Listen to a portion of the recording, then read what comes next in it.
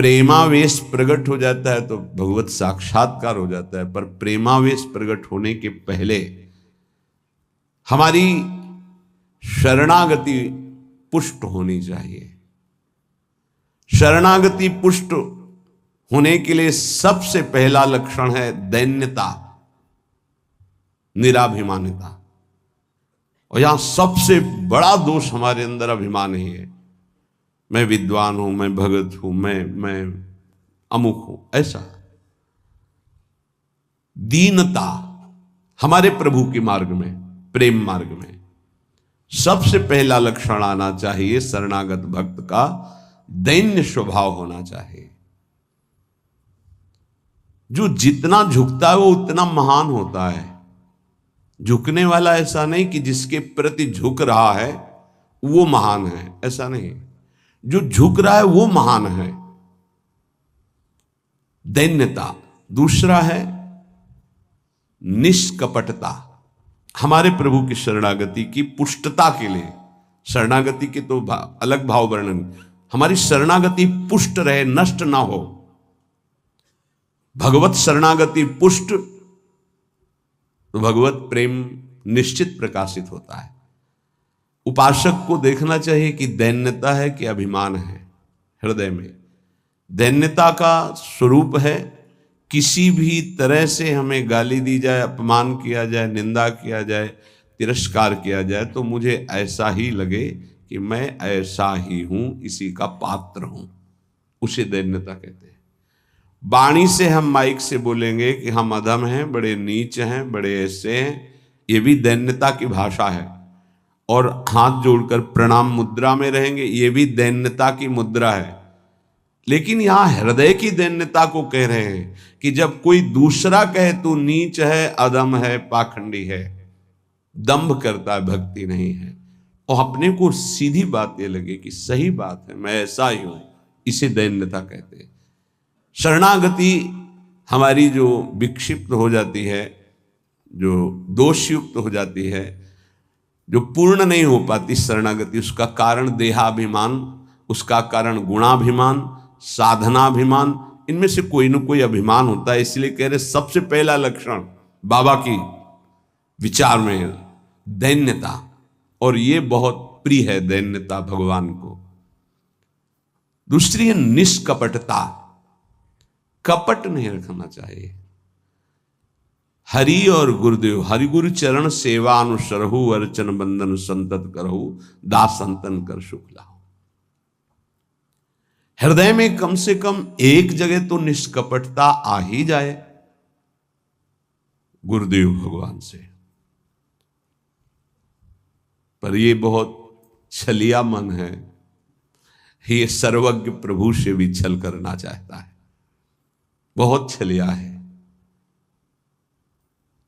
अगर हमारी शरणागति का अपहरण कोई करता है तो अभिमान और कपट। दूसरा जब निष्कपटता है तो कपट अगर है तो हमारी शरणागति ढक जाएगी। मोहि कपट छल छिद्र न भावा, मेरे प्रभु कह रहे हैं। यही दरबार दीन को आदर, पक्की बात। पहला है दैन्यता, दूसरा है निष्कपटता। शरणागत उपासक के हृदय में कपट नहीं। कपट का मतलब होता है कि मुख से कुछ और बोल रहे हैं और हृदय में कुछ और है। ये कपट प्रायः अपने लोग बहुत अच्छी तरह हृदय में सजा के रखते हैं, इसीलिए शरणागति पुष्ट नहीं होती। निष्कपटता, जैसे का वैसा, बिल्कुल गुरु के सामने, प्रभु के सामने, उसमें। तीसरा सत्यता। वाणी में सत्य, हृदय में सत्य, आचरण में सत्य, सत्य धर्मयुक्त। असत्य संपूर्ण संसार के भोग और संबंध है। किसी भी संबंध और भोग में प्रियता है तो शरणागति का अपहरण हो जाएगा। सत्य श्री भगवान, नाम, धाम, लीला, रूप, प्रेमी जन, इसके अलावा सब मिथ्या। जितना कुछ देख रहे हो परिणाम देखा जाता है, परिणाम में सब झूठा। चौथा, सर्व समर्पण। सर्व शब्द लगा हुआ है, तन मन प्राण एक एक वृत्ति केवल अपने शरण की तरफ। यहां सर्व समर्पण नहीं होता, समर्पण होता है पर सर्व समर्पण नहीं होता। सर्व समर्पण कुछ हमारी पर्सनल वृत्तियां हैं, कुछ हमारी शर्तें हैं, कुछ हमारा है, तो सर्व समर्पण नहीं। सर्व समर्पण दशरथ जी महाराज के श्रीमुख के वचन, नाथ सकल संपदा तुम्हारी, मैं सेवक समेत सुत नारी, सर्वस्व आपका प्रभु। जहां कहीं शरणागति पुष्ट पाई गई तो सर्व समर्पण वाले की, वो चाहे राजा ही क्यों न हो, महाराज शिवाजी, वीर शिवाजी, समर्थ गुरु रामदास जी, सर्व समर्पण। पीपा जी, सर्व समर्पण।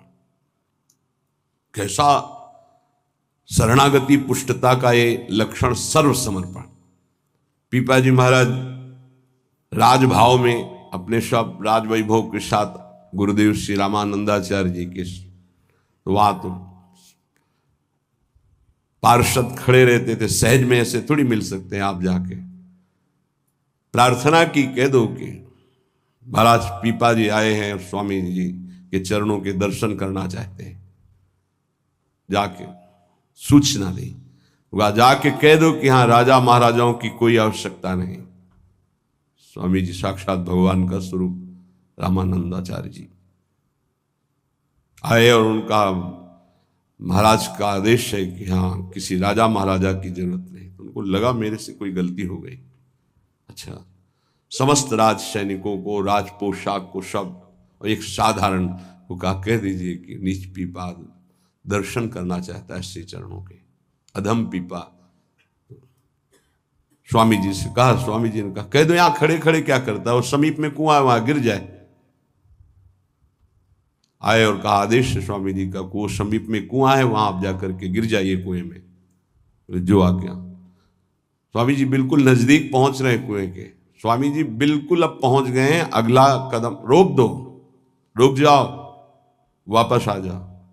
स्वामी जी निकल के आए, दर्शन दिया, जाओ हम स्वयं आएंगे तुम्हारे नगर में, फिर तुम्हें मंत्र और विरक्तता सब प्रदान कर। महापुरुष बना दिया। पीपा जी का पावन चरित्र है, सर्व समर्पण। प्राण समर्पित है, कुएं में गिर जा, मतलब तन प्राण सर्व। पहले में राज धन वैभव, बड़ा शरणागति का महामहिम स्वरूप है। ये समर्पणता तो हम दिखाते हैं, लेकिन सर्व समर्पणता नहीं। कुछ अपना है, कुछ आपकी बात मान लेते हैं, इसीलिए वो खिचड़ी बनी रहती, शरणागति नहीं हो पाती। जब उपासक के हृदय में अपना अस्तित्व रहता है तो उसको भक्ति नौटंकी नाटक नजर आती है। अपनी वासना की पूर्ति, अपनी इच्छा की पूर्ति के लिए वो भगवान की उपासना को नाटक समझने लगता है। अगर अपनी वासना, अपनी इच्छा, इसका त्याग कर दिया जाए तो भक्ति का परिचय मिलता है। प्रायः बड़े बड़े महाभागवतों के घर वाले ही, परिवार वाले ही उनको नहीं समझ पाए और उनका तिरस्कार करें। इस बात के लिए वो जैसा चाहते हैं वैसा आप चलिए, उनको जितना पसंद है आप कीजिए। जैसे कुछ भक्तों को कि हमको पूरी रज लगाना पसंद नहीं, बस हल्का सा तिलक लगा लीजिए, क्योंकि आपने गुरुमंत्र लिया इसलिए तिलक लगा लीजिए। ये जरूरी है पूरा मुंह में थोपना, क्योंकि तुम्हारी दृष्टि नहीं है ना। तुम रज पसंद नहीं करते, गाल गोरे पसंद करते हो। ये पसंद कर, ये चमड़ी कब तक रहेगी, नष्ट हो जाएगी। न तुम्हारी रहेगी ना जिसकी देख रहे हो उसकी रहेगी। पतन हो जाएगा। जिन जिन भक्तों का विरोध किया उनका पतन हो गया। ये सर्व समर्पणता भक्ति में जब साधक चलेगा तो अपने आप आ जाएगा। उसको किसी की कोई परवाह नहीं रहती, अपनी भक्ति में कहीं आंच नहीं आने देगा। जीवन की बाजी लगा दी है, अनंत जन्मों से बिगड़ी बात को बनाने चले हैं। तो हम ये देखते हैं कि देवता परिवार वालों की बुद्धि में बैठ करके उसको शरणागति से भ्रष्ट करना चाहते हैं। बस जैसा हम कहें वैसा तुम्हें चलना है। अब भी तुम अपना अधिकार रखते हो, भगवान की कृपा मनाओ कि अभी तुमको कुछ मान रहे हैं इसलिए सुन रहे हैं वो भक्तजन, और ना माने केवल प्रभु को माने तो रत्नावती जी ने मूड मुड़ा लिया और खिलाफत में बैठ गई उनकी आज्ञा के खिलाफ। राजन आज से त्यागती हूं, इस महल में प्रवेश नहीं करूंगी, केवल श्री भगवान का आश्रय लेकर संतों के बीच में रहूंगी, जो बिगाड़ना है बिगाड़ लीजिए। आखिरकार साष्टांग दंडवत और चरणों में गिरना पड़ा पूरे चरित्र के बाद। तो बहादुरी तो तुम्हारी इसी बात की है कि अपने प्रभु के चरणारविंद में आपने अपने अपनापन का दान कर दिया।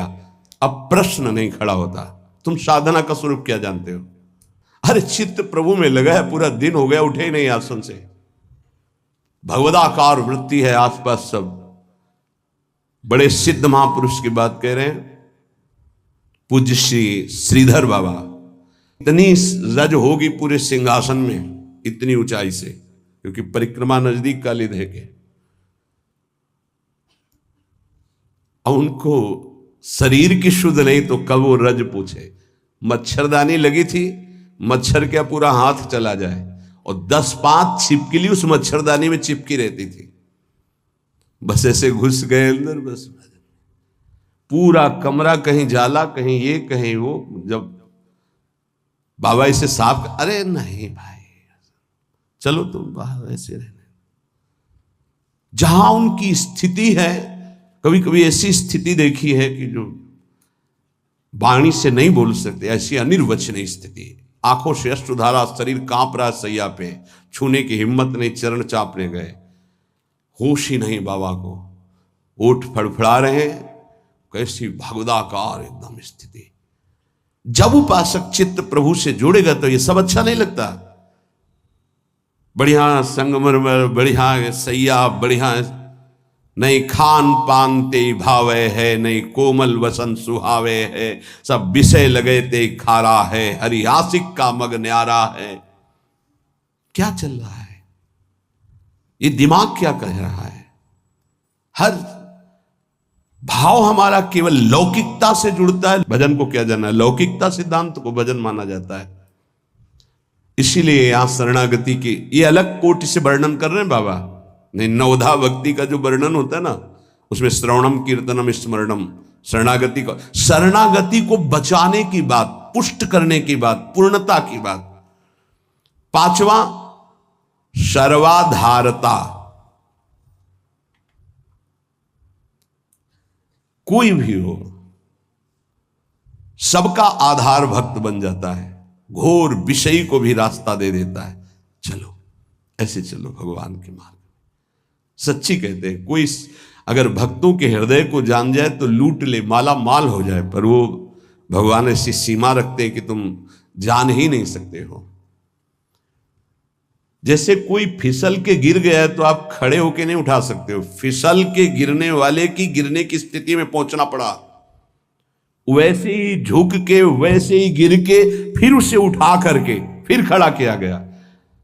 जितनी स्थिति में वो गिरा हुआ उसी स्थिति में पहुंचकर उठा। उसको क्या जरूरत है झुकने की? जिसने अपने जीवन में कभी भोगों को, विषयों को, संसार को, गृहस्थ को स्वीकार ही नहीं किया, वो तुम्हारे बीच में घुसकर तुम्हें पकड़कर जहां तुम हो वैसी स्थिति से उठाकर ऊपर खड़ा कर रहा है। अगर तुम सही उपासक होते तो दृष्टि मात्र से तुम्हारा उद्धार हो जाता, लेकिन तुम उस बात को नहीं समझते हो। इसलिए ये सब व्यवहार अपनी स्थिति से उतरकर और झुककर तुम्हारे समान बनकर तुमको उठाया जाता है। सर्वाधारता उस नहीं समझ पाओगे, नहीं समझ पाओगे। काम से, स्नेह से, भय से, क्रोध से, द्वेष से, किसी भी तरह से वो जुड़ जाए केवल तुम्हारी वृत्ति उनसे, वो संभाल करके उठा करके सच्चिदानंद में जोड़ देंगे। चाहे भगवान से जुड़े या भगवत प्राप्त महात्मा से, भगवत प्रेमी से जुड़े, वहीं पहुंचा देंगे। नंग धड़ंग शराब पिए हुए गंगा जी में खड़े हैं, उपद्रव कर रहे हैं, नारद जी महाराज के सामने अभद्र स्वरूप में खड़े, ये पशुता तुम्हारे अंदर केवल धन वैभव के अभिमान से आई है, तुम कुबेर के पुत्र हो, ये हालत तुम्हारी, जाओ मैं तुम्हें शाप देता हूं, तुम वृक्ष योनि को प्राप्त हो जाओ। लगा ना कि महात्मा बहुत कड़ुआ स्वभाव प्रकट कर दिए, बहुत करुणा कर दी। हालत क्या थी, पहुंचा कहां दिया, वृक्ष तो बनो पर नंदालय के, जाओ तुम्हें सच्चिदानंद भगवान का दर्शन, संभाषण और स्पर्श प्राप्त हो, जो बड़ी बड़ी साधनाओं से नहीं प्राप्त होता, और नारद जी ने शाप दे के प्राप्त करा दिया। दामोदर गोविंद भगवान के उदर में बंधा हुआ उखल है, घसीटते हुए वहां जाते हैं, यमलार्जुन के बीच में फंसा देते हैं, मारते हैं अखिल शक्तियों के स्वामी, जरा सा झटका उखड़ कर दोनों वृक्ष गिर जाते हैं, उनसे दिव्य रूप धारण करके यही प्रकट होते हैं जो यमलार्जुन बने हुए थे। नलकुबर मणिग्रीव शायद ऐसा नाम है। भगवान का दर्शन, संभाषण, स्पर्श, साप दे दिया तो ये प्राप्त हुआ। विचार करके देखो, समझ में नहीं आता, जीव को समझ में नहीं आता कि हमारे ऊपर कितनी कृपा है। सर्वाधारता इस शरणागति की पुष्टता का लक्षण है, वो सबका आधार बन जाता है। जैसे हमारी सबकी आधार भूमि है, ऐसे वो भक्त बन जाता है। रखो मेरे ऊपर पैर, निकल जाओ भगवान की गोद में जाओ। वो इस उदारता को, इस कृपा को इस साधारण जन नहीं जानते, अवहेलना करते हैं। एक एक वृत्ति तुम्हारी संभालने के लिए हमारी श्री जी की भक्ति तैयार है। एक एक वृत्ति को तुम्हें रोना नहीं आया कि हमारे ऊपर कितनी कृपा है। बहुत कृपालु शरणागत जन होते हैं श्री जी के, जैसे श्री जी का स्वभाव तो वही अंश में उतरता है उनके जनों में। सर्वाधारता, सबके लिए आधार भूमि बनने के लिए तैयार है। छठवां, पूर्ण विश्वास अपने इष्ट पर। जैसे राम काज के लिए लंका में प्रवेश कर रहे हैं हनुमान जी महाराज, घोर निशाचरी स्थिति है लंका में। अब एक महाभागवत तो बहुत, जो भी प्रवेश कर रहे हैं तो पहले श्री राम जी का स्मरण करके अपने हृदय में भगवान को देखकर हृदय में स्मृति बसा के प्रवेश करते हैं। क्या भाव, प्रविश नगर की जय सब काजा, हृदय राखि कौशलपुर। जब किसी भी साधक या किसी से भी भगवान का निज जन उसे उठाने के तो पहले प्रभु जा रहे हैं, बहुत फिसलन है नाथ, पकड़े रहे ना। जैसे कोई डूब रहा है उसको निकालने जा रहा है, प्रयास करेगा, लेकिन वो जो डूब रहा है वो प्रयास करेगा उसको डुबोने का, क्योंकि वो सांस लेना चाहता है। ऐसे ही जो काम में डूब रहा है, क्रोध में डूब रहा है, मोह में डूब रहा है, नाना प्रकार के भोगों में डूब रहा है, उसको निकालने के लिए जाओगे, वो पहले तुम्हें उसमें डुबोने की कोशिश करेगा। तुम्हारे अंदर काम, तुम्हारे अंदर क्रोध, तुम्हारे अंदर लोभ, क्योंकि उसी वृत्ति से वो अपना भाव स्वीकार करेगा। तब श्री जी से पहले बात होती, श्री जी, हे प्रभु, हे प्रियाजू, बहुत फिसलन की जगह में आपकी सेवा कार्य होने जा रहा है। उस जीव को पकड़कर उसकी वृत्ति को आप तक, स्वामी आप पकड़े रहना। आप ऐसे पकड़ो, हम ऐसे पकड़ते हैं, तब हो सकता। अगर आपने छोड़ दिया तो बहुत फिसलन में है, गिरने की संभावना है। पूर्ण विश्वास, दृढ़, मेरी स्वामिनी इसका मंगल करके रहेंगी। सातवां, सर्वाराध्यता। ऐसा भाषण, ऐसी चेष्टा, ऐसा व्यवहार कि वो सब के द्वारा पूजनीय बन जाए। इस शरणागति का सातवां लक्षण, सर्वाराध्यता। उपासक का ऐसा स्वभाव, ऐसा व्यवहार, मृदुता कि सब उसकी आज्ञा का पालन करने लगे। ऐसी इस शरणागति की पूर्णता का स्वरूप सर्वाराध्यता। हंस बोले बहुमान दे। सर्वाराध्यता ये उनका गुण होता है। नहीं नहीं, कोई बात नहीं, आप ऐसा शांत हो जाइए, आप कोई बात नहीं, बहुत सावधान। शरणागति कोई खिलवाड़ नहीं, और शरणागति हो गई तो सब पूर्ण हो गया। अखिल लोक चूड़ामणि भगवान शरणागत के अधीन हो जाते, अहम भक्त पराधीन हो। 8वां है अनन्यता, अपने इष्ट की। कल एक उपासक की परीक्षा का समय आता है, छमाही सालाना चर्चा हो। उसका शब्द था कि शरीर छोड़ना मेरे लिए सहज है, लेकिन उपासना के विषय में एक भी शब्द में किसी से भी, चाहे वो रिश्ता हो, संबंध, स्वीकार नहीं कर सकते। बहुत देखा, बहुत सुना, बहुत शब्द। अब उपासना के विषय में अगर मेरी उपासना में कोई बाधा पड़ेगी तो मैं सब कुछ छोड़ सकता हूं। शरीर छोड़ना मेरे लिए सहज, उपासना नहीं। उपासना में अगर कोई नहीं, बस इस बात से उस समय तो नहीं कहा जाता बड़ाई कि हाँ शाबाश, नहीं, ठीक है, ठीक है, अच्छे विचार। और एकांत में जब मनन होता है तो आशीष निकलता है। हाँ, ऐसे ही अपने आराध्य देव की अनन्यता पे फर्क नहीं पड़ना चाहिए, इसी से भगवत प्राप्ति होती है। 4 दिन के पति पुत्र परिवार के संबंध हैं, अनंत काल का संबंध ही मेरा उससे मिलने का अवसर आया है। अब ये सब माने हुए नहीं, जो है उनके लिए है। प्रभु मेरे प्रीतम, मेरे पति, मेरे प्राणनाथ, मेरे जीवन, ये माने हुए हैं। 30 वर्ष पहले तुम जानते भी नहीं थे कि कौन है जिनको तुम पति पुत्र परिवार प्रीतम क्या क्या भाव, और 30 वर्ष बहुत बहुत प्लस और जोड़ लीजिए, इसके बाद खाक में मिल जाएगा तुम्हारा तन और उनका भी तन। ना वो संबंध रहेगा, ना वो परिचय रहेगा। संबंध भी नहीं रहेगा, परिचय भी नहीं रहेगा। तो परिचय जिससे बनाने आए हैं, अब ये जन्म केवल उनके लिए। ऐसा नहीं है कि कोई भक्ति में चले तो रसगुल्ला और रबड़ी यही खाते भक्ति होती, वो एक अलग भक्ति होती है। जैसे आपकी साधना बढ़ेगी तो आपके साथ विरोध शुरू होगा, और अगर विरोध में वही स्थिति रही, एक रस अनन्यता, तो आपकी सिद्धि नहीं। तो क्या बिगाड़ा था देवर विक्रम का? पूरे जीवन भर वो विरोध। क्या बिगाड़ा था नरसिंह मेहता जी ने अपनी भाभी का? जीवन भर भारी विरोध। क्या बिगाड़ा था विभीषण जी ने रावण का? भला ही तो सभा में लात मार के भगा दिया। क्या बिगाड़ा था विदुर जी ने धृतराष्ट्र और दुर्योधन का? गांव के बाहर एक अकिंचन की तरह कुटिया बना के नहीं पाना दे। ये बहुत सूक्ष्म विषय। अपने इष्ट की अनन्यता में कोई फर्क जीवन में नहीं आना चाहिए, चाहे जैसी परिस्थिति आ जाए। इष्ट और गुरु संबंध में कोई फर्क नहीं पड़ना चाहिए। बहुत संबंध देखे, हर संबंध का निर्वाह उतना ही करेंगे जितना इष्ट और गुरु के संबंध में बाधा नहीं पड़ेगी। इष्ट और गुरु के संबंध में बाधा पड़ जाए से हर संबंध में आग लग जाए।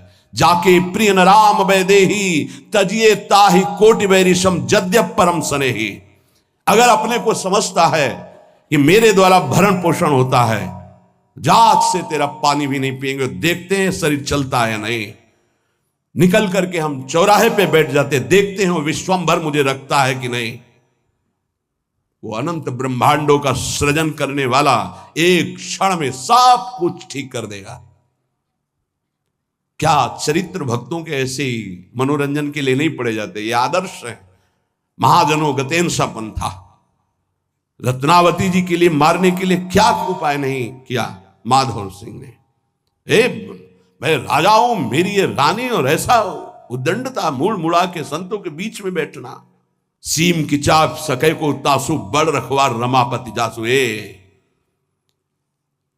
भक्ति मार्ग में, भगवत मार्ग में यदि कदम रखा है तो अपने मार्ग नहीं छूटना चाहिए, चाहे प्राण छूट जाए। ये आखिरी बाजी है। ये सब छूटेंगे माने हुए पति पत्नी पुत्र परिवार भाई बंधु, इनका कोई अस्तित्व नहीं है। आज नहीं तो कल ये छूटेंगे ही, लेकिन जिनके लिए जन्म जन्मांतर से भटक रहे उन प्रभु को नहीं। अगर तुम्हारी समझ में आ रही हो तो बात पकड़ लो। तजो पिता प्रहलाद विभीषण बंधु भरत महतारी गुरुबल तजो कंत ब्रज बनितन भे मुद मंगलकारी। स्वयं मंगल नहीं, सबका मंगल करने वाले वो महापुरुष बन गए जिन्होंने भगवान के आश्रय में मेरे कारण मेरे प्रभु श्री राम को 14 वर्ष का वनवास, मेरे को राजगद्दी, जा पापिनी, आज से तेरा कभी मुख नहीं देखूंगा और कभी मां नहीं कहूंगा, भरत जी ने कहा। साष्टांग दंडवत पिताश्री कह के प्रहलाद जी बात करते थे हिरण्यकश्यप से। जिस समय भगवान के मार्ग का विरोध किया तो कहा, जा आज के बाद कभी पिता नहीं, दैत्यराज, ऐसे संबोधन। 5 वर्ष का बालक। कहीं भक्ति में प्रभु के संबंध में कोई भी संबंध बाधा पहुंचावे तो भगवत संबंध नहीं छोड़। जहां तक हमारी भक्ति की पुष्टता है वहां तक हम निर्वाह कर सकते हैं। अगर हमारी भक्ति के नष्ट होने का विषय आता है तो तजिए ताहि कोटि वैरिशम यद्यप परम स्नेही। अगर निष्ठा पकड़ पाओगे तो पार हो जाओगे, नहीं अपने और परिवारजनों के और सगे संबंधियों के हृदय में ही दैवी माया प्रेरणा करती है कि आप इसके मार्ग को रोकिए और भ्रष्ट कीजिए। हमारी बात को पकड़ लेना। जाके प्रिय न राम भय देही, तजिए ताहि कोटि वैरिशम यद्यप परम स्नेही। हम उतनी अनुकूलता आपको देने के लिए तैयार हैं जितने से हमारी भक्ति सुरक्षित है। और हमारी भक्ति में बाधा पड़ेगी तो हम अपने शरीर को भी बर्दाश्त नहीं करेंगे, फिर आपकी बात क्या है? ये उपासक के हृदय में होना चाहिए। ये अगर आराध्य देव की निष्ठा में ये बात नहीं तो फिर क्या बात है? फिर है ही क्या बात है? फिर तो वास्तविक नाटक हो गया, जीवन नाटक हो गया। आप समझ नहीं सकते तुम क्या शरणागत होते हो, वो शरण तुम्हारे लिए समर्पित हो जाता है, तुम समझ ही नहीं पाते हो। बड़ा विचित्र खेल है। इसीलिए प्राय इस झंझट में नहीं फंसते, अपनी मस्ती में रहने के लिए इस झंझट में नहीं फंसते। गुरु चेला और समाज कल्याण और उद्धार, जाओ तुम अपने प्रवाह में बहो, हम अपनी मस्ती में। सुने न काहू की कही, कहे ना अपनी बात। पर जब सेवा मिलती तब हम आपसे प्रार्थना करते हैं। जब तक भगवत साक्षात्कार स्वयं का ना हो जाए तब तक कभी किसी को शिष्य ना बनाए। ये नियम ले ले, ये गांठ बांध ले। नहीं तुम गुरु बनोगे कि तुम उसके चेला बनोगे, फाइनल में कुछ पता नहीं है। पक्का जानते हो संतों को जो पीड़ा होती है किसकी होती है? ये प्रसाद मिलता है, इनको क्या पता? यही प्रसाद। अगर आपको प्रमाण मानकर किसी ने प्रश्न किया और आपने उत्तर दिया और उसमें कोई गलती है तो उसका नर्क आपको भोगना पड़ेगा, दंड आपको भोगना पड़ेगा। आपने कह दिया जाओ सब कुछ माफ, वो पूरा हिसाब आपके ऊपर लागू होगा। ये कोई खिलवाड़ समझते हो? उत्तर दे देना कोई खिलवाड़? बातें बनाना उत्तर नहीं होता। महाराज आज तक जो कोई बात नहीं, तुम छोड़ो, राधा राधा जपो, आगे बढ़ो, वो हम देख लेंगे। ऐसे आया कैसे? जैसे महाप्रभु चैतन्य देव ऐसे करके गंगा जल में खड़े करके पाप ले रहे हैं, तो उन्हीं के चरण आश्रित हैं भक्तजन, उसी प्रेमावतार, उसी भगवत स्वरूपों के। आप क्या जानते हो इस रात से? जो आज तुम चैन से मुस्कुराकर बात करते हो तो तुम्हारे जीवन में कुछ ट्रांसफर हुआ है। तुम्हारा उधर और उधर का उधर। अगर जान जाओ तो रोते रहोगे कि हम पर कितनी कर, फिर भी हम उनकी अवहेलना करते हैं। सच्ची कहते हैं कि हमारी बड़ी दुर्दशा है हम लोगों की कि हम ऐसे गुरुजनों का, ऐसे कृपालु आराध्य देव की कृपा की अवहेलना करते हैं। वो कृपा पे कृपा करते जा रहे हैं, हम उनकी अवहेलना पे अवहेलना करते चले जा रहे हैं। वो समेट करके आपको इसी जन्म में भगवत प्राप्ति करना, आप फैलाकर अनेक जन्मों के लिए इतिहास रचना चाहते हैं। बड़ा विचित्र खेल, बहुत विचित्र खेल। इसीलिए जो चतुर सुजान होते हैं वो इस गुरु चेला के संबंध में नहीं फंसते। हमारी सामर्थ्य नहीं प्रभु, किसी और को बनाइए। राधा राधा राधा, और भगवान की लीला होती है। ये जो सेवा मिलती तो सामर्थ्य देते, उन्हीं का कृपा प्रसाद। पर हम इतना जरूर कहते हैं, जब तक भगवत साक्षात्कार ना हो जाए तब तक किसी को शिष्य ना बनावे। पक्की बात, शिष्य बनाना कोई मजाक नहीं है। हरे शिष्य धम शोक न हरे, सो गुरु घोर नरकमा परे। जैसे किसी की बेटी सयानी हो जाए तो ब्याह के लिए पिता की चिंता बढ़ जाती है, चाहे वो जनक जी जैसे ही क्यों ना ज्ञानी हो। ऐसे ही शिष्य बनाने के बाद पूरा भार गुरु के ऊपर आ जाता है। इसका आचरण पवित्र हो, इसका जीवन श्री जी से मिले, इसका कैसे स्वभाव बदले, ये कैसे निष्काम बने। आपने जो संबंध बनाया उस संबंध को पूर्ण कर लो, श्री जी से मिल जाओ। ये बड़े बड़े जो महापुरुष दैन्य भाव से आपको प्रार्थना करते हैं कि मैं आपसे प्रार्थना करता हूं भाई, हे सखे, हे मित्र, ये हम समझ नहीं पा रहे। सर्वाधारता पूर्ण विश्वास, सर्वाराध्यता, और 8वां अनन्यता, और 9वां निज स्वरूप सामर्थ्य विस्मरण। इस शरणागति, पूर्ण शरणागति, निज स्वरूप सामर्थ्य विस्मरण, ये प्राय प्रेमी जनों में पाई जाती है। अपार सामर्थ्य है, लेकिन एक साधारण आदमी उनको अपमानित करके चला जाता है, कभी दंड विधान नहीं करते। करत जे अनुसैन निंदक तीनों पे अनुग्रह कियो। निज स्वरूप विस्मरण, आराध्य देव में इतनी तन्मयता कि मैं आराध्य देव का चिंतन कर रहा हूं, ये भी भूल गए। ब्रह्म नहीं, माया नहीं, नहीं जीव नहीं काल, अपनी ही सुदिना रही एक रहे। ये नई बात बाबा से मिली है, जो 9 शरणागति के स्वरूप। जैसे 9 शास्त्र में जब पढ़ो तो श्रवणम, कीर्तनम, स्मरणम, विष्णुपाद सेवनम, अर्चनम, बंदनम, दास्यम, सख्य, आत्मनिवेदनम। पर पूज्य पाद उड़िया बाबा जी ने पहला दैन्यता, दूसरा निष्कपटता, तीसरा सत्यता, चौथा सर्वसमर्पण, 5वां सर्वाधारता, 6वां पूर्ण विश्वास, 7वां सर्वाराध्यता, 8वां अनन्यता, 9वां निज बल निज स्वरूप विस्मरण। निज बल निज स्वरूप विस्मरण। कोई तपस्या का बल, साधना का बल, इसका स्मरण नहीं, अपनी विस्मृति नहीं। एक रहे हो नंदलाल, अपनी ही उस दिना रही हो, एक रहे हो नंदलाल। ये जो 9 शरणागति की वार्ता हुई, इस पर विचार किया जाए। और सबसे प्रार्थना है, कई बार सत्संग में कहा, कदम जो अगला बढ़ जाए प्रभु की तरफ, ऐसा दृढ़ जमाना कि आंधी आवे तो उखड़े नहीं।